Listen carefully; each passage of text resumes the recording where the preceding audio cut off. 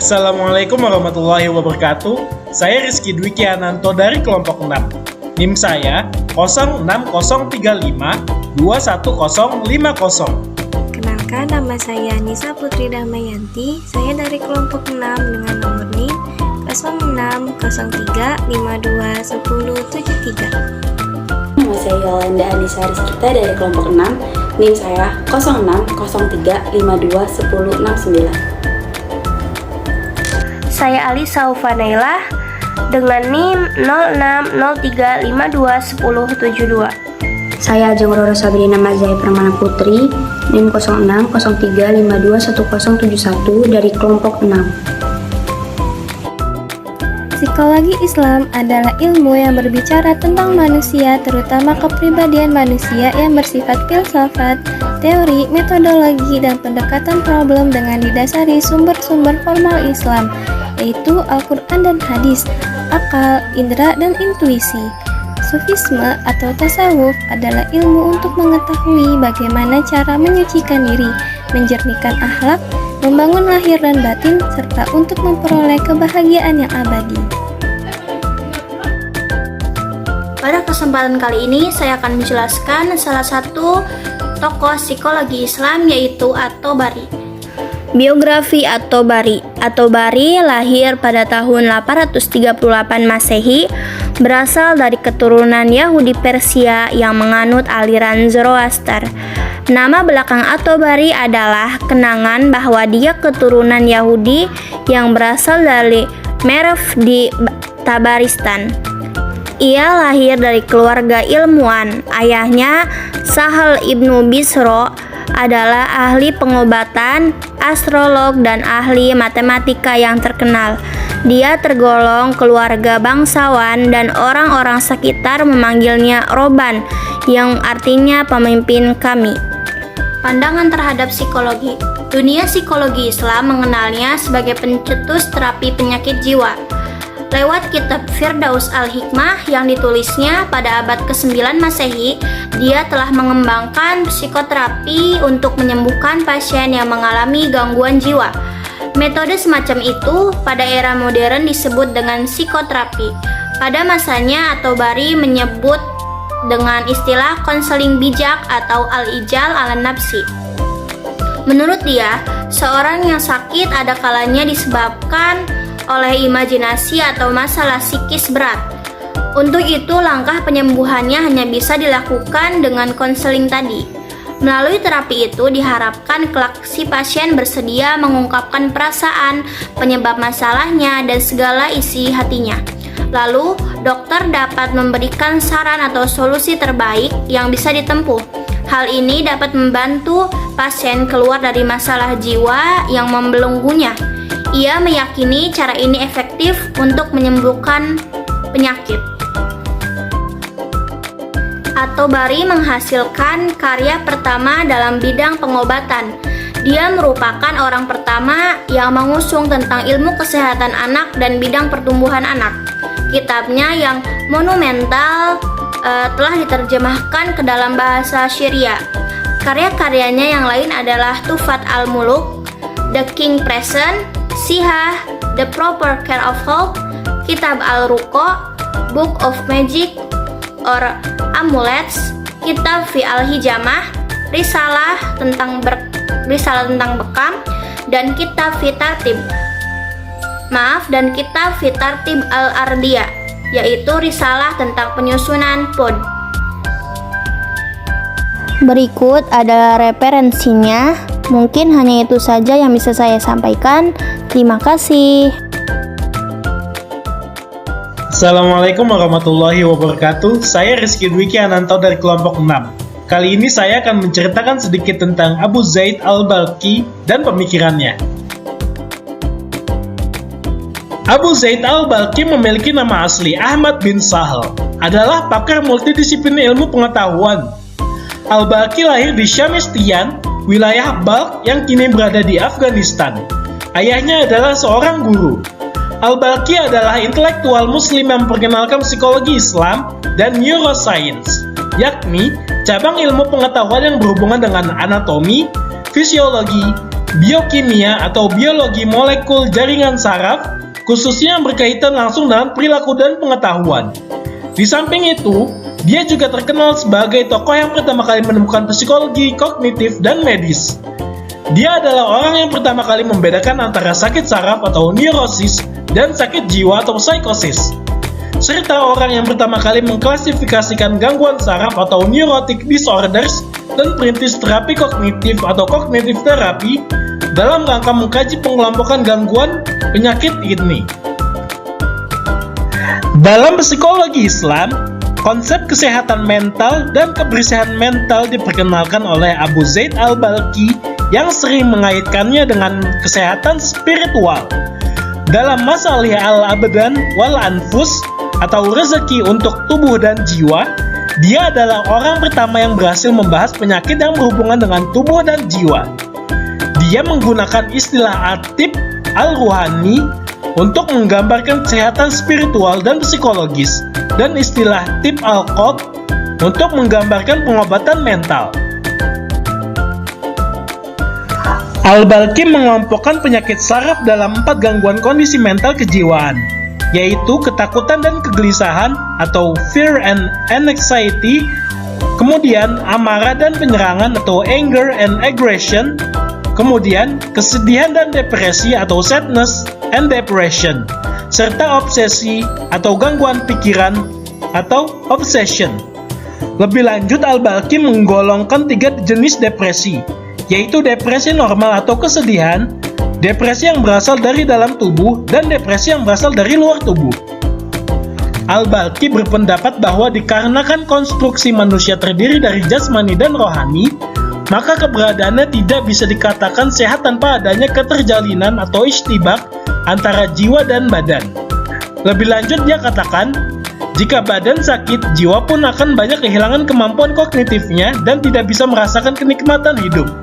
Sebaliknya, dia juga menjelaskan, jika jiwa sakit, badan pun kehilangan keceriaan hidup dan bahkan badannya pun bisa jatuh sakit. Pemikirannya tentang kesehatan mental digalinya dari Al-Quran dan Sunnah.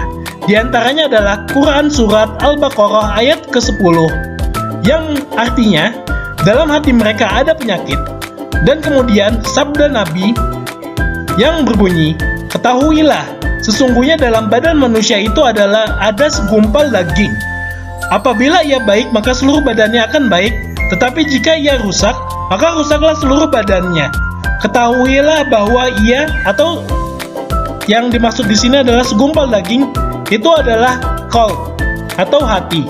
Hadis riwayat Al-Bukhari. Sekian dari saya, mohon maaf bila ada salah kata. Terima kasih.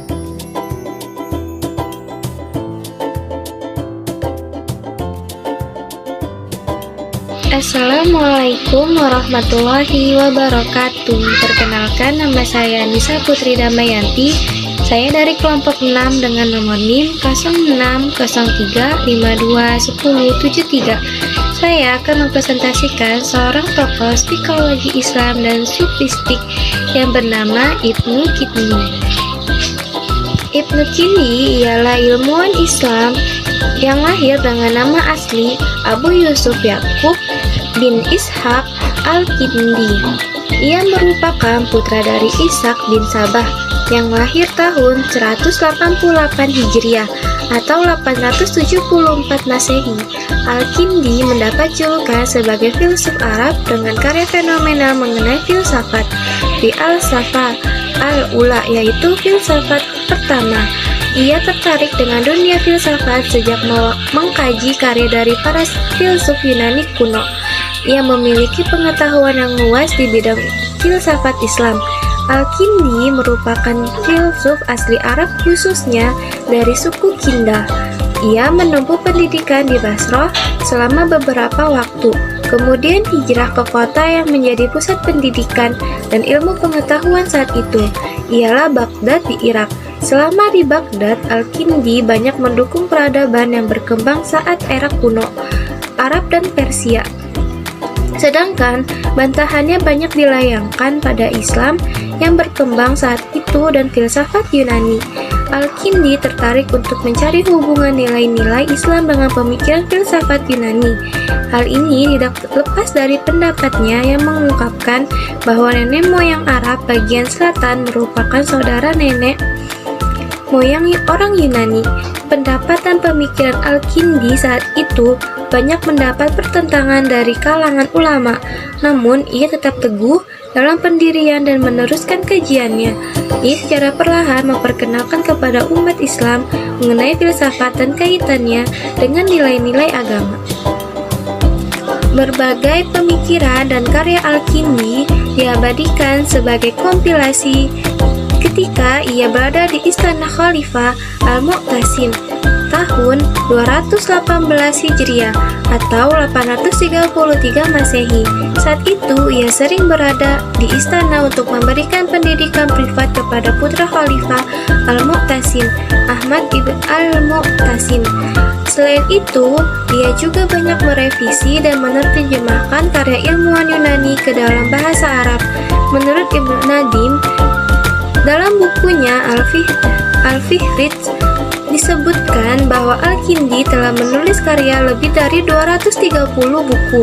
Sementara itu, sumber lain menyatakan bahwa Al-Kindi menulis karya berbagai disiplin ilmu sebanyak 270 karya.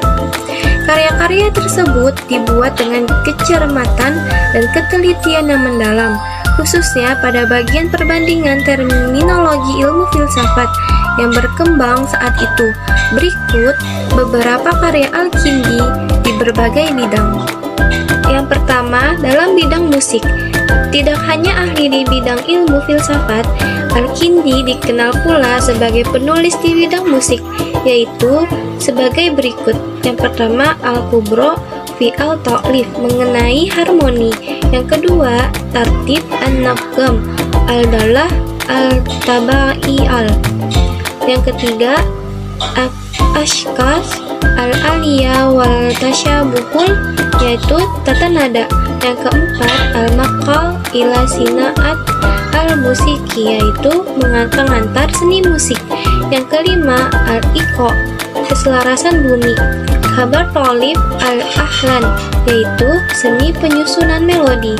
Yang keenam, Sina al-Si'ah, yaitu seni syair. Yang ketujuh, Al-Zakabariyah fi al-Musiqo, yaitu bagian-bagian pengetahuan musik.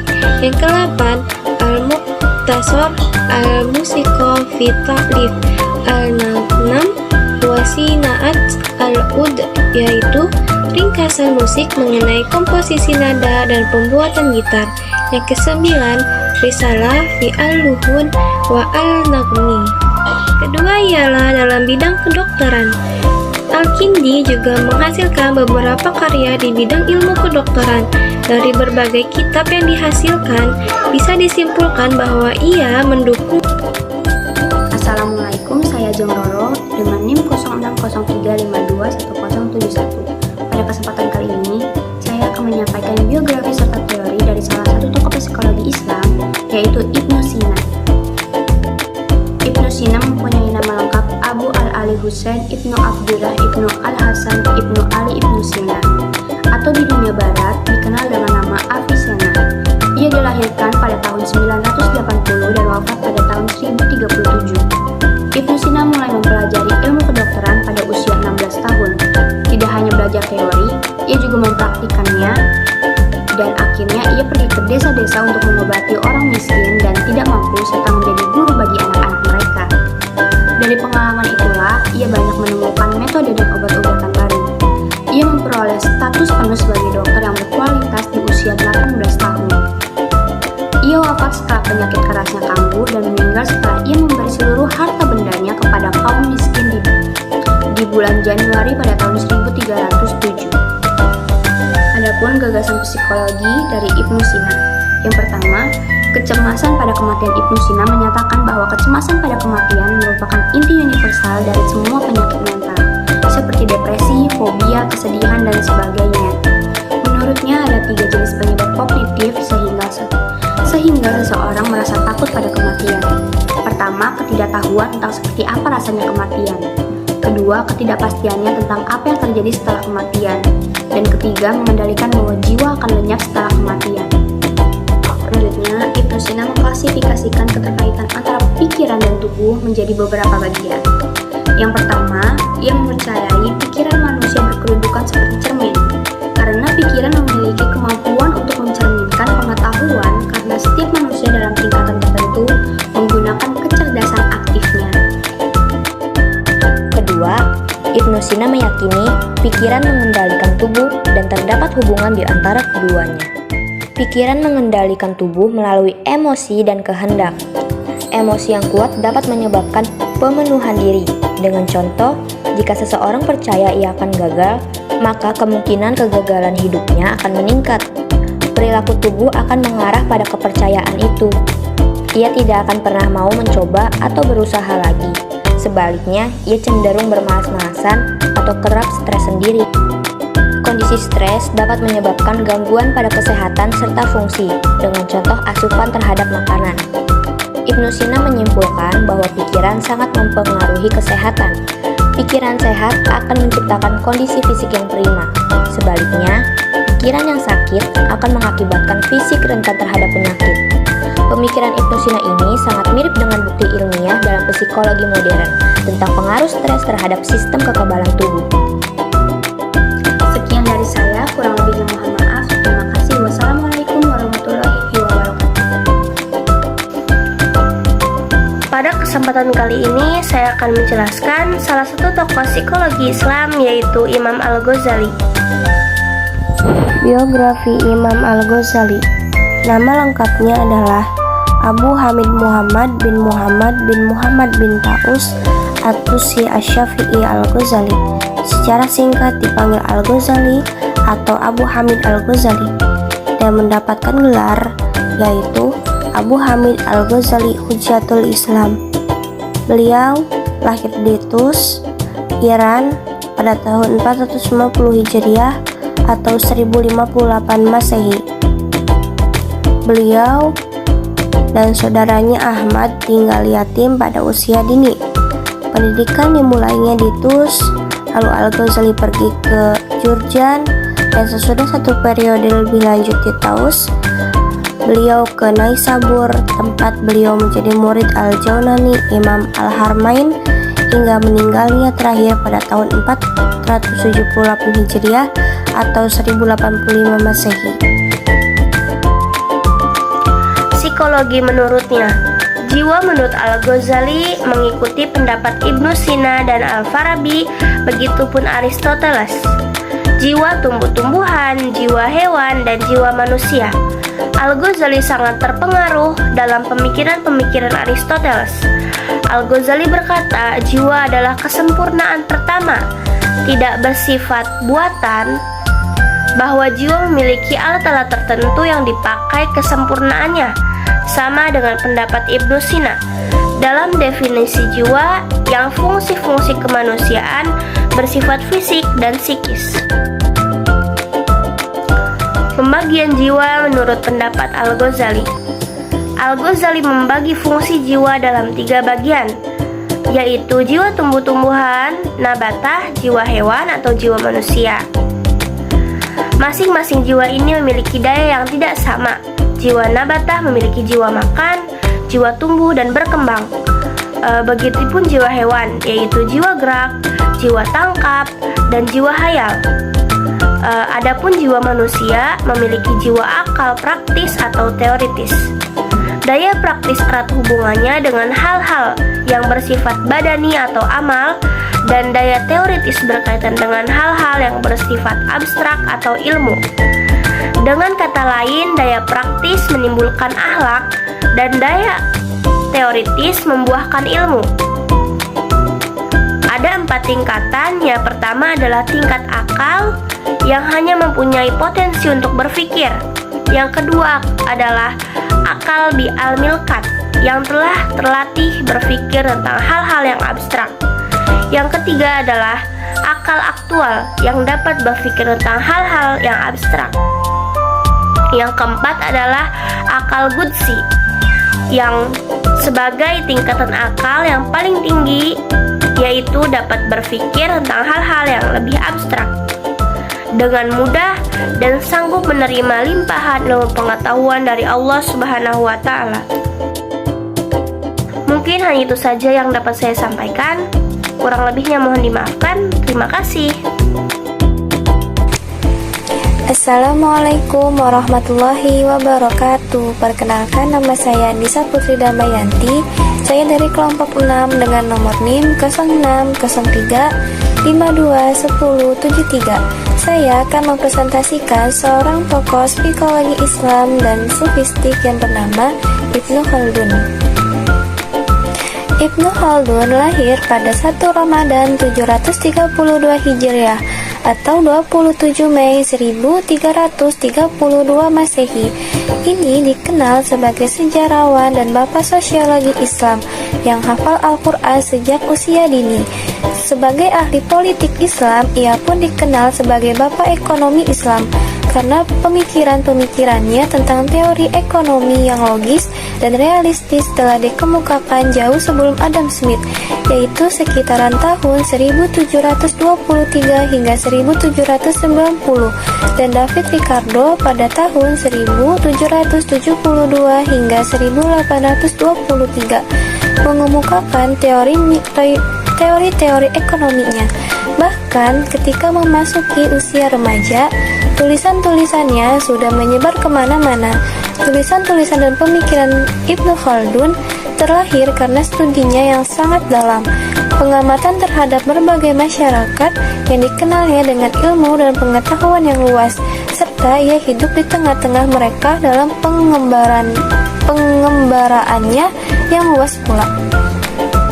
Karya lain Ibnu Khaldun yang bernilai sangat tinggi diantaranya At-Ta'rif bin Ibn Khaldun, yaitu sebuah kitab autobiografi, catatan dari kitab sejarahnya, Muqaddimah pendahuluan atas Kitabu Al-Ibrar yang bercorak sosiologi, historis, dan filosofis, Lumbab Al-Muhassal fi Ushul Ad-Din, sebuah kitab tentang permasalahan dan pendapat-pendapat teologi yang merupakan ringkasan dari kitab Muhassal Afkar Al-Mutaqaddimin wa Al-Mutaakhirin karya Imam Fakhruddin Ar-Razi.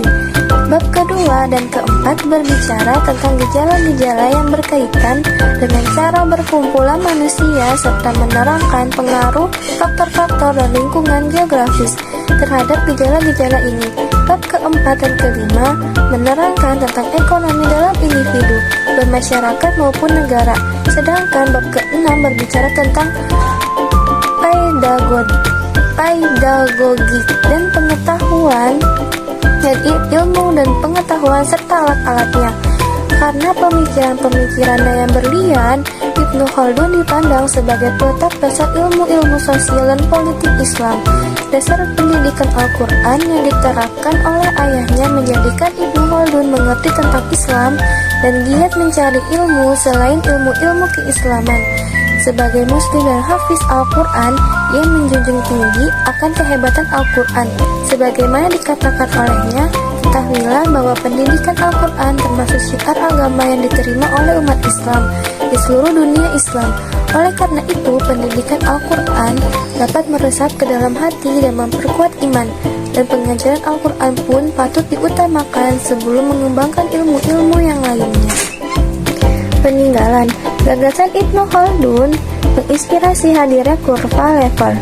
Ibnu Khaldun pertama kali menjadi perhatian dunia barat pada tahun 1697 ketika sebuah biografi tentang beliau muncul di Bibliotheque Orientale de Herbelot de Moulainville. Ibnu Khaldun mulai mendapatkan perhatian lebih pada tahun 1806 ketika Sylvestre de Sachs Krestomich Arabe memasukkan biografinya bersama dengan terjemahan bagian Muqaddimah sebagai prolegomena. Pada tahun 1816, de Sachs kembali menerbitkan sebuah biografi dengan deskripsi yang lebih rinci tentang prolegomena. Rincian lebih lanjut tentang dan sebagian terjemahan prolegomena muncul selama bertahun-tahun sampai edisi bahasa Arab yang lengkap diterjemahkan pada tahun 1858. Sejak saat itu, karya Ibnu Khaldun telah dipelajari secara luas di dunia barat dengan minat khusus.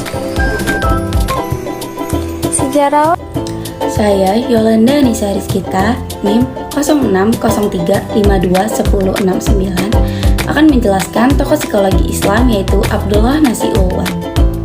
Abdullah Nasi Ulwan adalah seorang ulama, faqih, dai, dan seorang pendidik. Dia dilahirkan di desa Qadi Askor, Kota Lahab, Suriah pada tahun 1928. Di sebuah keluarga yang taat beragama yang sudah terkenal dengan ketakwaan dan kesolehannya. Nasabnya sampai kepada Al-Husain bin Ali bin Abi Thalib. Beliau menyelesaikan sekolah lanjutan tingkatan atas di Halab pada tahun 1949, jurusan ilmu syariah dan pengetahuan alam. Kemudian melanjutkan di Al-Azhar University Mesir, mengambil Fakultas Usuluddin yang selesai pada tahun 1952, dan melanjutkan S2 yang lulus pada tahun 1954 dan menerima ijazah spesialis bidang pendidikan setara dengan Master of Arts. Beliau berhasil memperoleh ijazah doktor di Universitas Al-San, Pakistan pada tahun 1982 dengan disertasi Fikih Dakwah Wadaiyah. Ulwan meninggal pada tahun 29 Agustus 1987. Abdullah Nasi Ulwan berperan dalam psikologi, khususnya dalam pendidikan kejiwaan pada anak-anak. Pendidikan kejiwaan merupakan suatu upaya mendidik anak guna membentuk, menyempurnakan, dan menyeimbangkan kepribadian anak sehingga anak telah mencapai usia dewasa dapat terbebas dari berbagai macam gangguan kejiwaan. Munculnya berbagai gangguan-gangguan kejiwaan anak tersebut menurut Ulwan pada prinsipnya disebabkan oleh 3 faktor. Yang pertama, faktor biologis atau genetis dan pengaruh penyakit-penyakit tertentu. Yang kedua, pola kepribadian yang dipengaruhi oleh pola asuh. Yang ketiga, penyebab yang bersifat psikososial atau lingkungan, seperti perlakuan orang tua yang salah terhadap anak. Fenomena rasa takut merupakan gangguan psikologis yang menghinggapi anak kecil dan dewasa, laki-laki maupun perempuan. Pada umumnya, wanita yang memiliki rasa takut yang lebih besar daripada laki-laki. Ketakutannya semakin bertambah seiring dengan bertambahnya imajinasi anak. Bertambahnya rasa takut pada anak bisa disebabkan oleh beberapa faktor. Yang pertama, kebiasaan orang tua yang gemar menakuti anak dengan bayangan, kegelapan, ataupun makhluk-makhluk aneh. Yang kedua, kebiasaan orang tua yang selalu memanjakan anak dan mendiktenya secara berlebihan. Yang ketiga, kebiasaan mengurung anak. Dan yang keempat, sering menceritakan kisah-kisah khayalan seputar jin dan setan. Solusi dari fenomena ini, hendaknya orang tua lebih memperhatikan beberapa hal seperti menumbuhkan keimanan kepada Allah dalam diri anak semenjak awal perkembangannya. Lalu memberikan kebebasan bertindak kepada anak, membiasakannya memikul tanggung jawab, dan membiasakannya melakukan beberapa perkara sesuai dengan usia pertumbuhan dan perkembangannya. Selanjutnya, tidak menakut-nakuti anak, dan memberikan kesempatan kepada anak untuk bergaul bersama orang lain, bertemu dan berkenalan dengan mereka. Salah satu karya Abdullah Nasi Ulwan yaitu yang berjudul Tarbiyatul Aulad fil Islam, yang artinya pendidikan anak-anak dalam Islam. Buku ini merupakan karya monumentalnya beliau yang mengupas secara komprehensif tentang bagaimana menerapkan pendidikan anak secara Islami. Sekian penjelasan dari saya, kurang lebihnya mohon maaf. Wassalamualaikum warahmatullahi wabarakatuh. Assalamualaikum, saya Ajeng Roro, NIM 0603521071. Pada kesempatan kali ini, saya akan menyampaikan biografi serta teori dari salah satu tokoh psikologi Islam, yaitu Zakia Darajat. Ia kelahiran 6 Oktober 1929 di Kota Maharapak, Pariaman, dan ia meninggal pada 15 Januari 2013 di Jakarta. Zakia Darajat adalah anak pertama dari 6 bersaudara. Ia memasuki bangku sekolah saat berusia 6 tahun. Saat pagi hari, ia sekolah di Sekolah Dasar Muhammadiyah, sedangkan saat sore hari, ia mengikuti Sekolah Diniyah atau Sekolah Dasar Agama.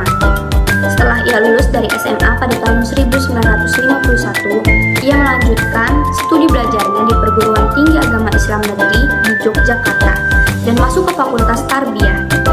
Pada tahun 1956, Zakia berhasil diterima tanpa tes di Fakultas Pendidikan Ain Shams, Kairo, demi melanjutkan program studi di S2-nya. Pada studi S2 inilah Zakia mulai mengenal klinik kejiwaan dan bahkan sudah sering berlatih praktik konsultasi psikologi di klinik universitasnya. Selain menjadi dosen luar biasa di beberapa universitas, kontribusinya juga tercermin melalui karya-karyanya. Ilmuwan yang berasal dari Bukit Tinggi ini berpendapat bahwa psikologi Islam sangat erat kaitannya dengan pendidikan Islam dan kesehatan mental. Adapun pendapat dan teori dari Zakia Darajat. Menurut Zakia Darajat, psikologi agama merupakan proses meneliti dan menelaah kehidupan beragama seseorang yang mempelajari beberapa besar pengaruh keyakinan agama tersebut dalam sikap, tingkah laku, dan keadaan hidup pada umumnya. Menurut Zakia Darajat, aspek yang membedakan antara psikologi kontemporer dan psikologi Islam terletak pada rumusan konsep manusia dan dalam pendekatannya. Dalam pandangan psikologi kontemporer hanya memandangkan kemampuan intelektual dan menemukan dan mengungkapkan asas-asas kejiwaan. Sementara dalam pandangan psikologi Islam mendekatinya dengan memfungsikan akal dan keimanan sekaligus. Zakia Darajat berpendapat jika dalam diri manusia terdapat kebutuhan pokok. Ia mengatakan jika selain kebutuhan jasmani dan rohani, manusia juga memiliki kebutuhan akan keseimbangan kehidupan jiwa. Menurut Zakia Darajat, pertama, psikologi Islam adalah ilmu yang berbicara tentang manusia, terutama kepribadian manusia yang bersifat filsafat, teori, metodologi, dan pendekatan problem dengan didasari oleh sumber-sumber formal Islam seperti Al-Quran maupun hadis, serta akal, indera, dan intuisi. Yang kedua, psikologi Islami merupakan konsep psikologi modern yang telah mengalami filterisasi dan di dalamnya terdapat wawasan Islam. Yang ketiga, psikologi Islami ialah perspektif Islam terhadap psikologi modern dengan membuang konsep-konsep yang tidak sesuai atau bertentangan dengan agama Islam.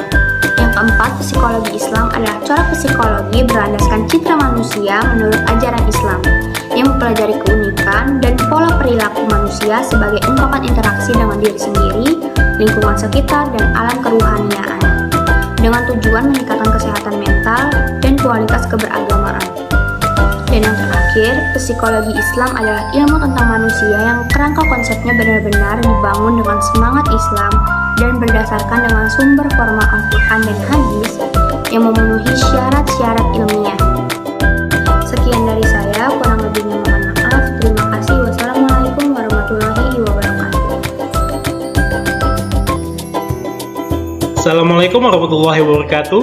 Saya Rizky Dwi Kananto dari kelompok 6. Kali ini saya akan menceritakan sedikit tentang Profesor Dr. Malik Badri dan pemikirannya.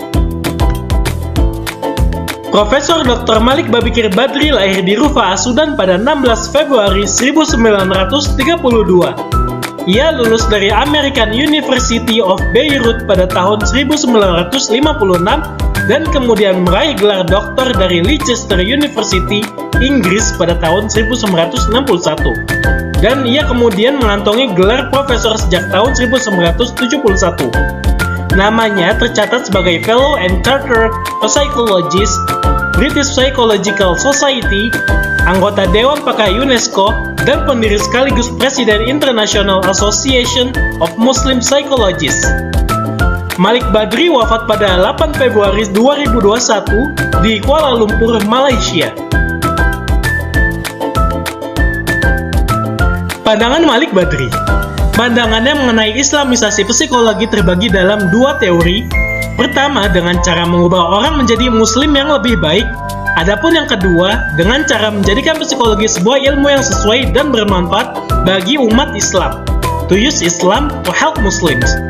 Kemudian menurutnya, membangun psikologi Islam tidak semudah membalikkan telapak tangan. Dibutuhkan kerja-kerja kolektif yang serius dan memakan waktu yang lama. Prosesnya terdiri dari 3 tahap. Langkah pertama adalah mengkaji secara intensif karya-karya ilmuwan muslim tentang jiwa manusia, khazanah Islam klasik. Tahap berikutnya, sedikit demi sedikit membangun psikologi yang berangkat dari kebutuhan dan worldview umat muslim. Kemudian tahap ketiga, perlu menggagas teori dan metode baru untuk riset dan terapi sehingga psikologi Islam itu bukan sekedar justifikasi ilmu barat dengan dalil-dalil Al-Quran dan hadis. Berikut adalah karya-karya dari Malik Badri. Yang pertama adalah The Dilemma of Muslim Psychologist yang dirilis pada tahun 1979. Kemudian yang kedua adalah Contemplation, An Islamic Psycho-Spiritual Study yang dirilis pada tahun 2000. Kemudian yang ketiga, Culture and Islamic Adaptation Psychology yang dirilis pada tahun 2015, dan masih banyak karya-karya yang lainnya. Sekian dari saya, mohon maaf bila ada salah kata. Terima kasih.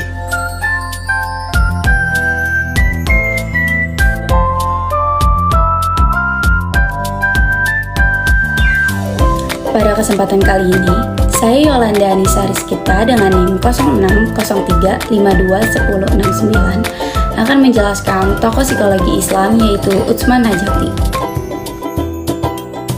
Muhammad Utsman Najati adalah salah satu pemikir di masa kontemporer yang berasal dari daratan Timur Tengah. Konsentrasi ilmu yang difokuskan Najati dalam pemikirannya yaitu ilmu psikologi. Utsman Najati salah satu tokoh yang berupaya mengembangkan psikologi melalui perspektif Islam.